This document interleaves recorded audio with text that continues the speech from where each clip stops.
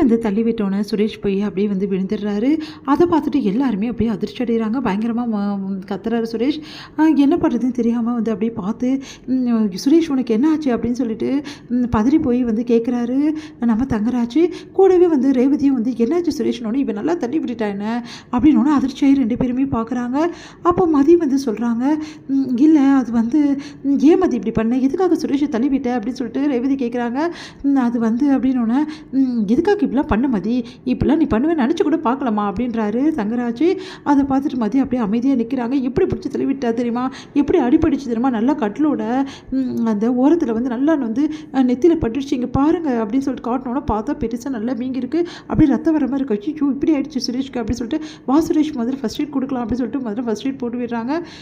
போட்டு விட்டு அவங்களுக்கு பேண்டேஜ்லாம் போட்டு விட்டுட்டு நான் தான் சொன்னேனே மாமா இவெல்லாம் வேலைக்கு ஆக மாட்டான்னு சொல்லிட்டு இவளுக்கெல்லாம் அன்புனா என்ன எனக்கு கூட தெரியாது, நீங்கள் வேறு இவகிட்ட அன்பாக பேசுனீங்க அப்படின்னோடனே அப்படியே பார்க்குறாங்க ரேவதி.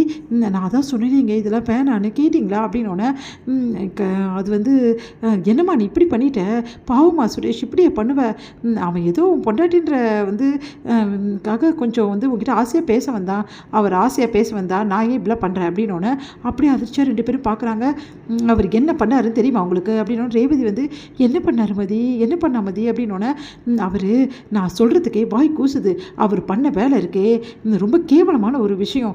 அவர் என்னை வலுக்கட்டாயமாக நான் என்ன சொல்கிறதுன்னு எனக்கே தெரியல ரொம்ப தவறாக வந்து நடந்துக்க பார்க்குறாரு எனக்கு எப்படி இருக்கும் சொல்லுங்கள் அப்படின்னோடனே அப்படியே அதிர்ச்சி அடைகிறாங்க ரேவதி. என்னடா என்ன நடந்துச்சு எதுக்காக வந்து மதி இப்படி சொல்கிறா அப்படின்னோடனே அது வந்துக்கா இங்கே பாரு வந்து ரேவதி மதி தப்பாக புரிஞ்சிட்ருக்கா சுரேஷ் வந்து பொண்டாட்டின்றதுக்காக கொஞ்சம் வந்து அன்பாக வந்து இருந்திருப்பான் அதை தப்பாக புரிஞ்சிட்ருப்பா அப்படின்னோடனே இங்கே பாரு மதி நீ தப்பாக புரிஞ்சிட்ருக்கம்மா சுரேஷ் வந்து அப்படிப்பட்ட பையனே கிடையாது நீ அப்படி தப்பாக ரொம்ப தப்பாக புரிஞ்சிருக்க அப்படின்னோடனே அவருக்கு என்ன பண்ணார் அவர்கிட்டயே கேளுங்க அப்படின்னு சொல்லிட்டு மதி வந்து கோவமாக போகிறாங்க.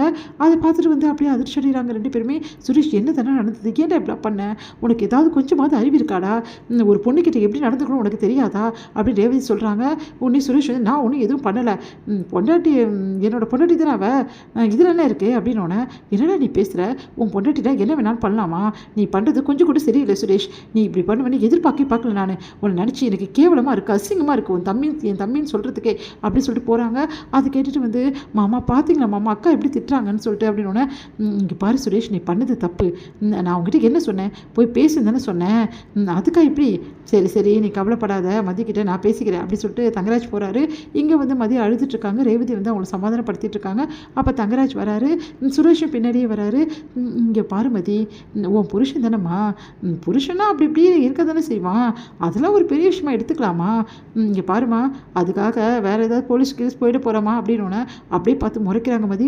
என்ன நினச்சிட்டு இருக்கீங்க நீங்கள்லாம் புருஷனா என்ன வேணாலும் பண்ணலாமா எப்படி வேணாலும் நடந்துக்கலாமா பொண்டாட்டிக்கு முதல்ல விருப்பம் இருக்கா இல்லையான்னு முதல்ல தெரிஞ்சுக்கணும். அவர் பண்ணது என்ன தெரியுமா உங்களுக்கு ரொம்ப கேவலமான ஒரு விஷயம் எந்த பொண்ணுக்கிட்டையும் இப்படி நடந்துக்கக்கூடாத விஷயம் பொண்டாட்டின்னு அப்படின்னு நீங்கள் நினைக்கிறீங்களா பொண்டாட்டினா நான் கையை பிடிச்சி இருக்கலாம் தப்பு கிடையாதுன்றீங்க ஆனால் அப்படி சொல்லலை வர மதி இங்கே பாருங்கள் அவர் பண்ண இன்றைக்கி வேலைக்கு வேறு ஒரு பொண்ணாக இருந்தால் அவர் மேலே கம்ப்ளைண்ட் கொடுத்துருப்பா ஆனால் நான்றதால அமைதியாக இருக்கேன் இதுக்கப்புறம் இந்த மாதிரி கேவலமாக நடந்துக்கினாரு அதையும் நான் செய்வேன் என்னை பற்றி தெரியும்ல உங்களுக்கு நான் கண்டிப்பாக செய்வேன் அப்படின்னு ஒன்று அப்படியே அதிர்ச்சியில் தங்கராஜ் உன்னை ரேவதி வந்து என்னங்க இது அப்படின்னு சொல்லிட்டு அப்படியே பார்க்குறாங்க.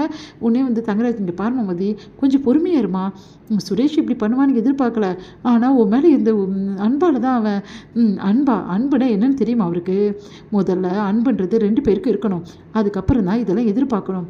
அவர் என்கிட்ட ஆசையாக பேசினா அன்பாயிடுமா சும்மா வந்து நடிக்க வேணாம்னு சொல்லுங்கள் அவரை இந்த மாதிரி இன்னொரு வாட்டி என்கிட்ட நடந்துக்கினான்னா அப்புறம் இந்த மதி என்ன செய்வேன்னு எனக்கே தெரியாது அப்படின்னு சொல்லிட்டு போகிறாங்க. ரேவதி வந்து உடனே மதியை சமாதானப்படுறதுக்காக பின்னாடியே போகிறாங்க. மதின்னு சொல்லிட்டு உடனே வந்து மதி சொல்கிறாங்க இங்கே பாருங்கள் அவர் உங்கள் தம்பி பண்ணது கொஞ்சம் கூட சரியில்லை எனக்கு புரியுது மதி ஒரு பொண்ணோட விருப்பம் இல்லாமல் அவளை தொடுறது ரொம்ப பெரிய தப்பு அந்த தப்பை என் தம்பியாக இருந்தாலும் பண்ணது தப்பு தான் நான் அவனை வந்து பேசிக்கிறேன் நீ வந்து கஷ்டப்படாத மதி நான் பார்த்துக்கிறேன் சுரேஷுக்கு புத்திமதி சொல்ல வேண்டியது என்னோட கடமை எல்லாம் என் வீட்டுக்காரர் தான் இவ்வளோ பிரச்சனை வந்திருக்கு அப்படின்றாங்க ரேவதி.